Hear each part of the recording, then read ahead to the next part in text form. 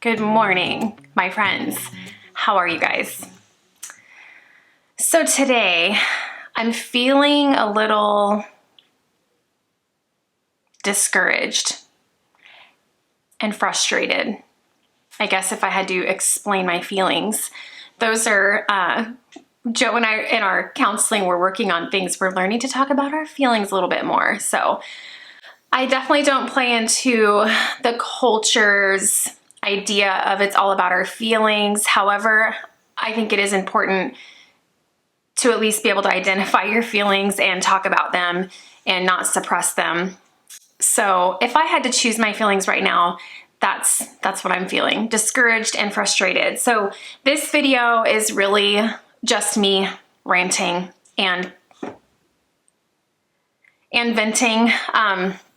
And I want to just really quickly start off this video by saying, if you do not agree with our views on this topic, you don't like my channel, you don't like what we stand for as a family, why are you here? You don't have to be here if you don't like it, right? So I never have understood that. If I don't like somebody or the way that they are, I don't follow their channel. So I don't understand like the haters that are just here and like waste their time watching my videos that they don't like. So I'm not gonna like entertain any of it. If you have something hateful to say about what I'm posting right now or about what our family is going through, I'm just gonna delete it and I'm just gonna block you. So this is really a video for our friends on YouTube that know our situation, and some of you are actually going through the exact same thing in some capacity that we are. So I just wanted to give you guys an update on where things are going with Joe and his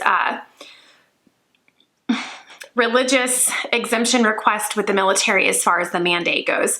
You guys know when the mandate, and forgive my appearance, you guys, this was not a planned video. I'm actually on my way to the gym, so I threw my hair up and got dressed, but just thought I would pop on and give you guys an update. I have had a lot of you ask questions on how things are going with Joe, and you know, I'm so disheartened and I'm so disgusted with the treatment that these military members are receiving from the military, their higher ups, the leadership. It's despicable, and there is no consistency.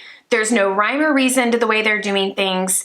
Each member is being treated differently in the sense of like how they're actually being treated in the day-to-day work environment. It totally depends on their command.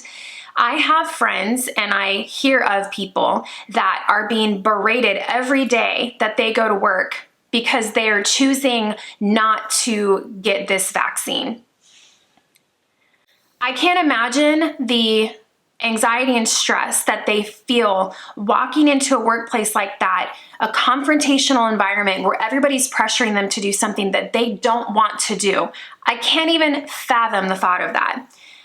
Thankfully, Joe is not in that position with his command. His command, we actually just went over and had a barbecue with them just a couple nights ago, which was kind of nice to get out and have some adult conversation. And even while they're all vaccinated, they are pro-choice when it comes to vaccination. So they support Joe and other members in his unit that are where Joe's at with this decision, and wholeheartedly have been encouraging him to keep in the fight, helping him with the paperwork, just totally supportive. Some of these units are segregating these unvaccinated members, and talk about hazing, talk about bullying. Like, you take these dirty unvaccinated people and you put them in a separate cubicle and make them wear masks while the other people don't have to wear masks and they can roam the building freely and go do what they want and all the things. And it is hypocrisy at its finest. It is disgusting. We've talked about this so many times that this virus has a 99.9% survival rate. That's not Tina saying this. That is on the CDC website, so you can go look that up for yourself. Our family personally has already had COVID, and we recovered just fine from it. In fact, Joe's symptoms were worse than mine and Parker's. For me, it was just no energy. I mean, we've already talked about, what we went through with COVID when we first moved into the apartment here. But we all recovered from it just fine. So it's really hard for me to say, yeah, even though we had it and we recovered fine, it was actually way less as far as symptoms than what we've experienced previously with the flu and other sicknesses that we've had. I understand everybody's experience is different. This is just our experience with it. But I cannot sit there in good conscience and go, but even though we recovered, even though we have natural antibodies and immunity now from this virus, I'm still going to go out and get injected with this experimental vaccine that, per the CDC website, has side effects to include death. So I just can't bring myself to do that. And I surely can't bring myself to pressure my husband into endangering his life, whether it's life or death, or it's life or life with ailments for the rest of his life because of side effects. I'm not going to do that. I'm not that wife. I would rather have my husband here than have a paycheck. You know what I'm saying? So that's a really simple decision for us. And you guys know when the mandate first came out, what was it, last August, I think, 2021, we all knew it was coming. We immediately put in for the religious exemption request. We didn't hear anything on that request for about 6 or 7 months. It was right after we moved into this apartment here in like February or March that we finally got the denial back. So they denied his request for religious exemption, which in of itself is insanity, right? Like, you guys, I can't even go into it all because it's just so convoluted. They have this ridiculous checklist that he had to follow. He had to go interviewed by a chaplain. The chaplain gives his endorsement to the command, basically saying, like, in a nutshell, it's basically the chaplain going, yep, he's a Christian, or nope, I really don't think he is. Like, this dude has never met my husband a day in his life. He doesn't know his religious background, how many times he goes to church. And I'm sorry, the only person that knows the validity of my husband's relationship with Christ is Christ himself and my husband. So that to me was like mind-blowing, that some man could sit down with my husband, not even in person, it was over the phone, and do like a 15-20 minute interview and determine his relationship with Christ. And I just find it laughable. So that exemption, oh, and then he had to do a medical interview as well with like one of the medical officers on base. And we recorded that conversation, and I think I counted 4 or 5 times in that conversation that she asked my husband, why is this the hill that you're going to die on? You're going to fall on this sword and lose your pension. You know, we are at over 19 and a half years now. Joe is just mere months from retirement. And she just berated him on the phone call. And it was like, that is not the purpose of the medical interview. The medical interview was not for you to pressure my husband and give him your biased opinion. It was to inform him of the vaccine. It was to inform him of the benefits of the vaccine. And Joe tried to bring up the risks and data from the CDC website. She wasn't having it. She wasn't hearing it. I mean, it was so clear that it was just a check the box kind of interview. And anyway, we had no anticipation that that would get approved. And sure enough, the denials started trickling down. And what I found ridiculous, and I've shared this with you guys before, and I know because we've got friends that are going through the same thing, not just in the Coast Guard, but other branches of military, these denials are like cookie cutter blanket denials. It's like the same template, the same verbiage. They're just changing out the member's name. Sometimes they'll add in a different paragraph here or there to make it look like they really cared and they really looked at that individual's request, without just doing like this blanket denial. But it was just so apparent. People are even getting things put in their denials that are not even stuff that they requested. For example, Joe never requested a medical exemption. He requested a religious exemption. They're two totally different things, right? So if you have an allergy to the vaccine or you have some whatever over here, you can actually submit for a medical exemption to the vaccine.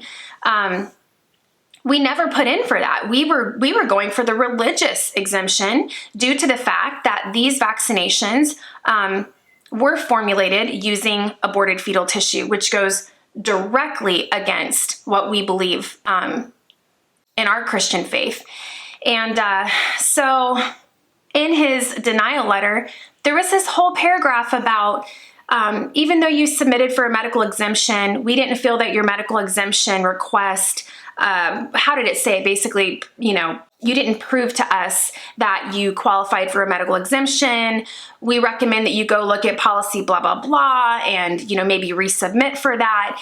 And me and Joe were like, we never submitted for a medical exemption. That whole paragraph didn't even apply to us because we never once put in for a medical exemption. So it was just so funny. Here they are trying to be sneaky and, tailor these denials and add little things in here and there so that it's not abundantly clear that they're just blanket template denials, right? And it's like they just caught themselves up in a lie. They just got caught, So, and it's funny because a medical exemption, and you guys believe me, I've been all up in the policies, researching, making sure that I can help Joe combat this the best that I can.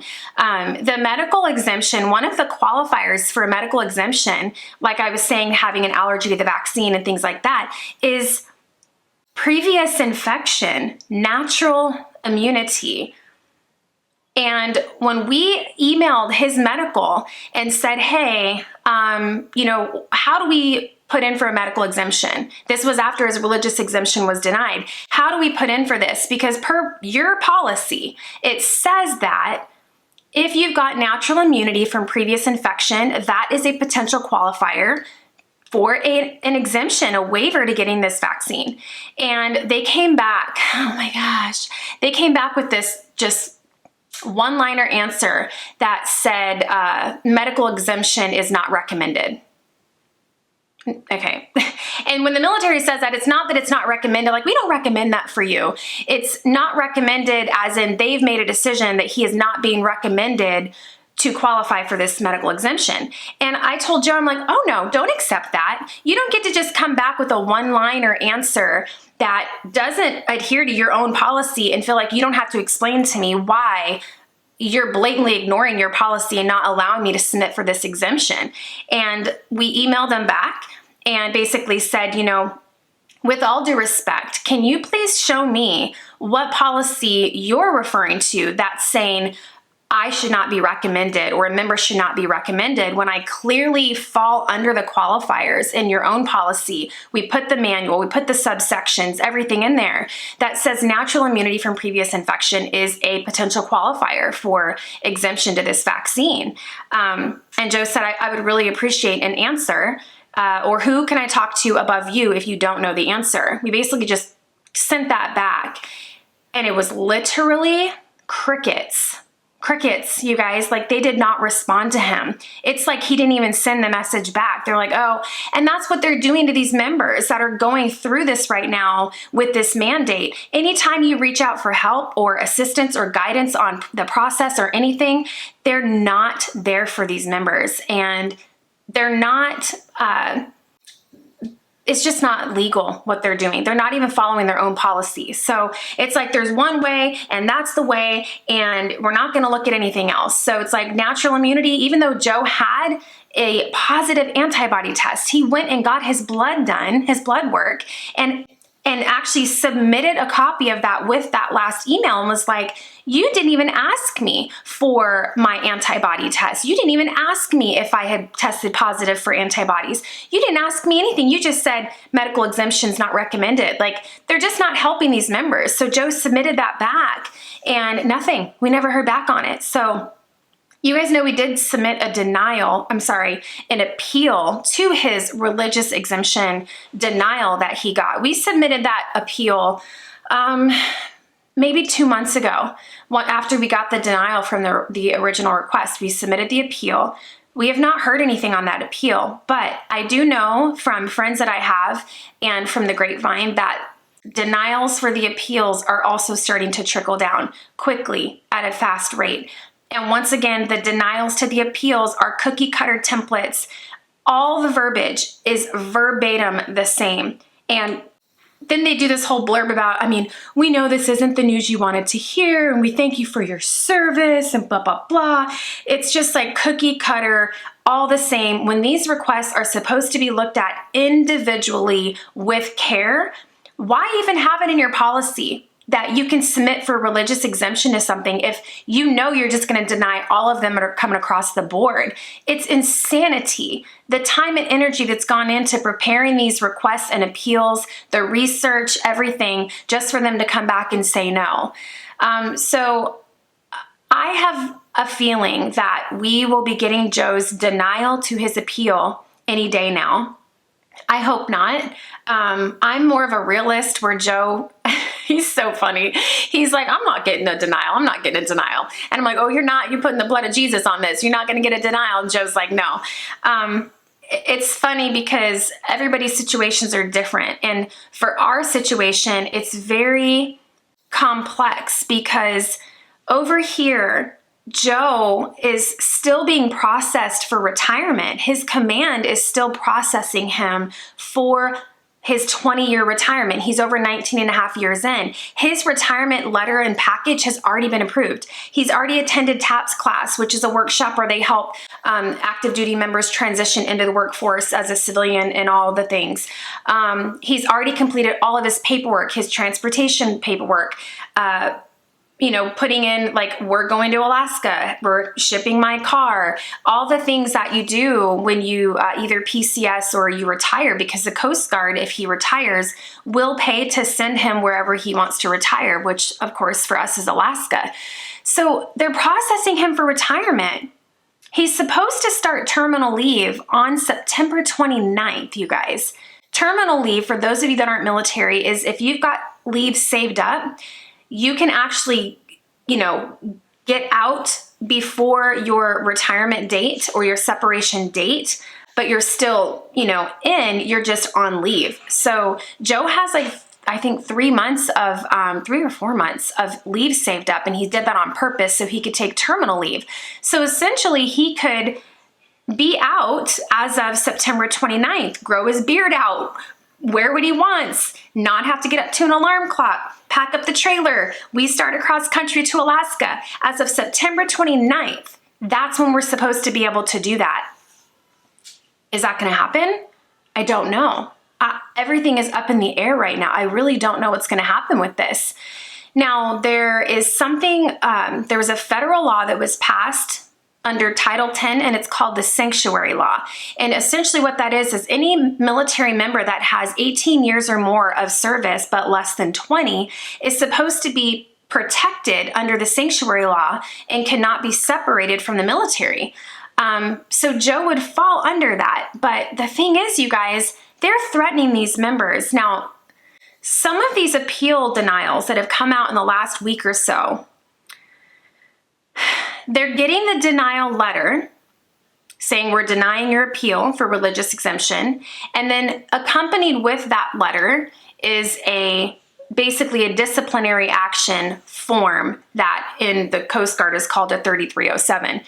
And the lingo is very intimidating. It comes from an admiral, which is super duper high up in the rank, right? Some admiral that we've never heard of. And it basically says, on this date, you were counseled that you were supposed to report to be vaccinated or submit for religious exemption.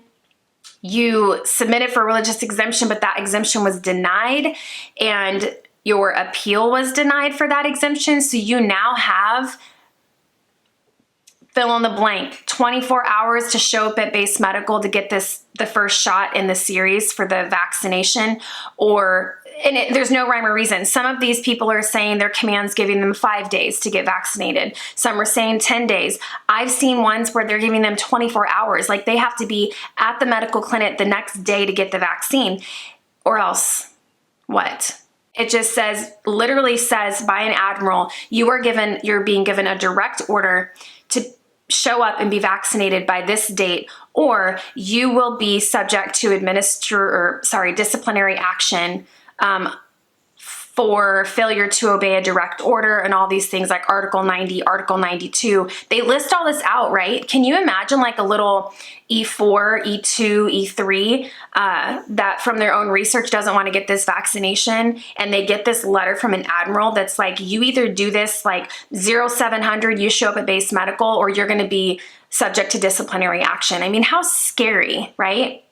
But the reality is, I know there's nothing they can really do to Joe, in the sense that, fine, if you're going to kick him out, kick him out. You can't hurt him. You can't hold him down and put a shot in his arm.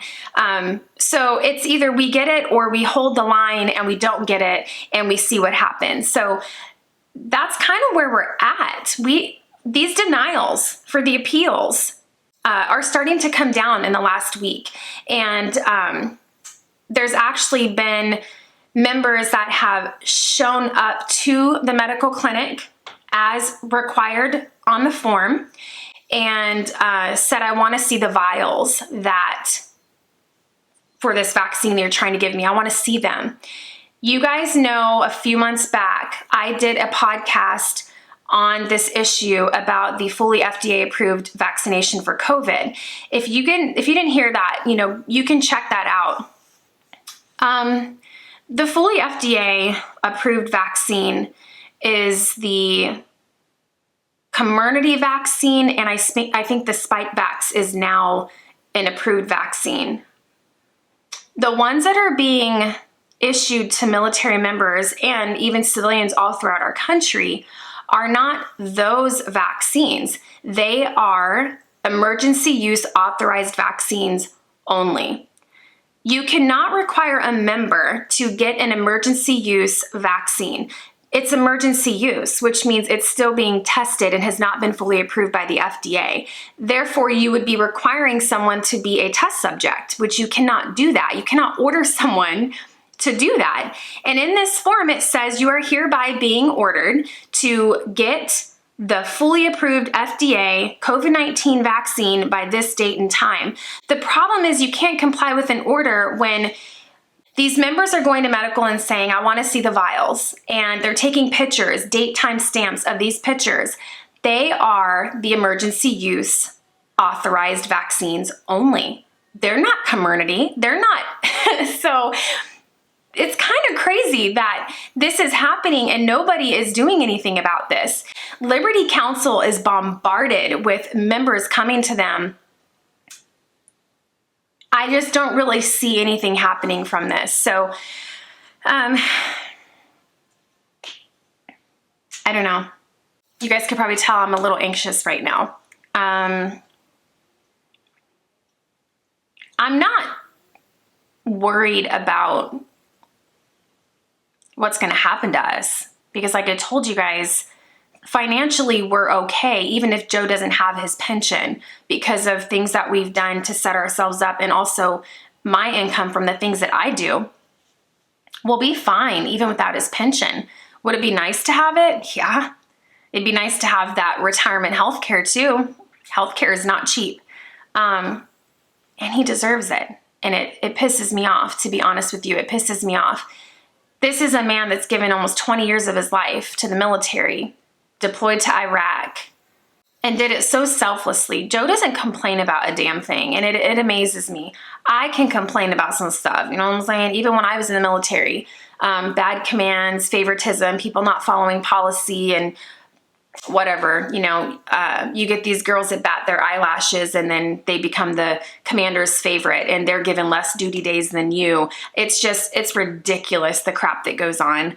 But Joe just doesn't complain about anything. He gets up, he goes to work, he puts his best foot forward every time.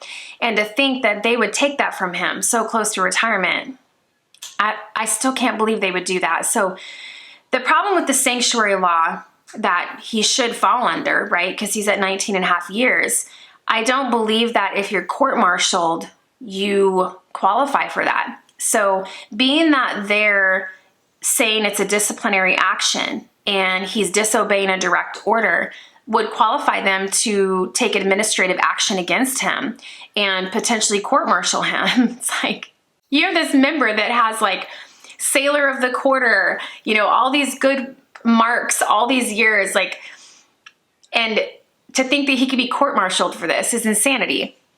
And I mean, let's be real, you guys, COVID, are we still doing this? Are we still doing COVID? I'm like, why are we still doing this? Mask mandates have been lifted all over the country. Even like the elites and the administration and all them, they're not even wearing masks anymore. So what are we doing? Why are we still pushing this? It's insanity. And like I've said before, yes, we've gotten a lot of immunizations as a military family. We're required to get them when we go to boot camp and required to get the flu shot every year and all these things. But it's like, the difference is these vaccines, those immunizations are fully FDA approved and have been tested. There's longevity on them. With this was rushed to market. And we're still seeing headlines right now of the risks and things that are coming out now from these vaccines. It's scary.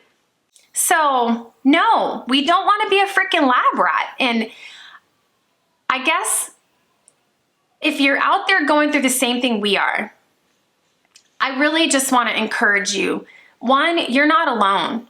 There's a lot of us out there that are still fighting this. Two, don't give up. Don't give in, because it's not worth it. I know people that can't even walk up a flight of stairs now because of this vaccine.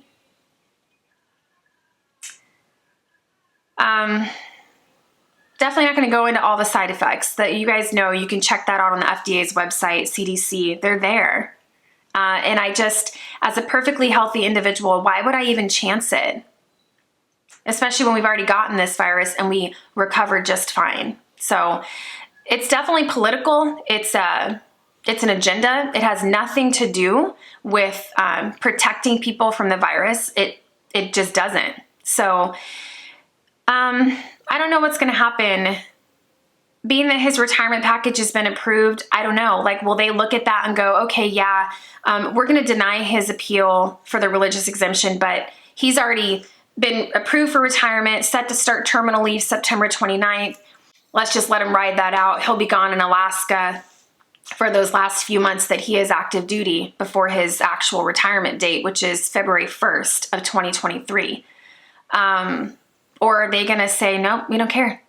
We don't care if your retirement was approved, and kick him out months before he retires? I don't know. I don't know what's going to happen. So my stress comes from what Joe's going through with the confrontation of this every day. And I know it's taken a toll on him.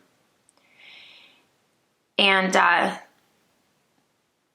just want to protect him. You know, my personality, I'm stuttering. I'm a protective mama bear. I'm a fighter. I'm tough. And Joe's tough too, but I instantly want to just protect him. And I can't do anything for him except for what I'm trying to do on the backside, helping him type up his appeals and pull the information and research and praying with him and just lifting him up and praising him for his ability and courage to stand so strong against something that he believes so strongly against. And just reassuring him, I'm not going anywhere. I have seen wives leave their husbands over this. I don't know. I mean, this culture today, nobody stays married anyway, right? It's like, it's for better or for worse. It's like just something we say on the altar. It doesn't really mean anything. So I guess I'm not surprised. Like, no, girl, you stand by your man. What are you doing? No. If there's all the doubts that Joe might have with everything that he's going through, one thing I don't want him to doubt is my support for him. So I don't know, y'all. We're gonna keep at it. You know, if they decide to kick him out and process him for discharge, I don't know if that would keep us here past October 1st, which is when we were supposed to head out across country. I don't know how long the separation process takes.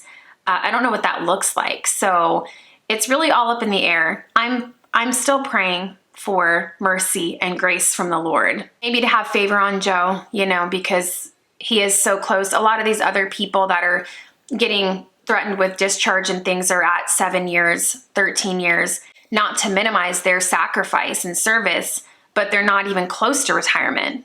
Joe is like months away. So I don't know. I was actually feeling overwhelmed this morning. Joe's at a dental appointment this morning, and it's just been on my mind. I have had a lot of you reach out and ask how Joe's, request is going, what's going on with that. So that's the update.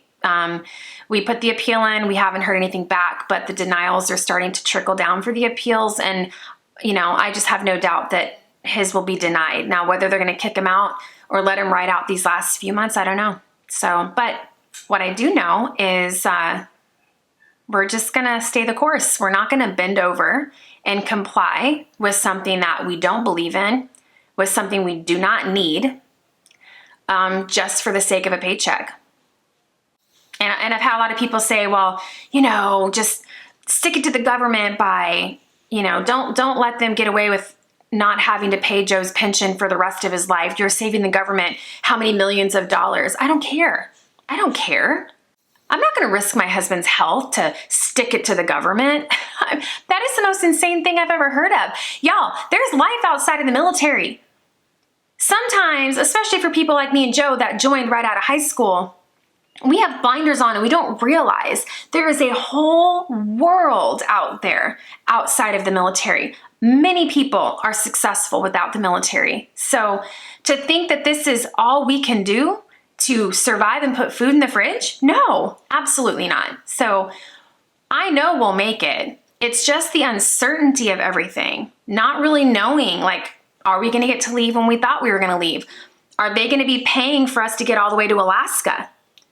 If he retires, they will. If he gets kicked out, they don't.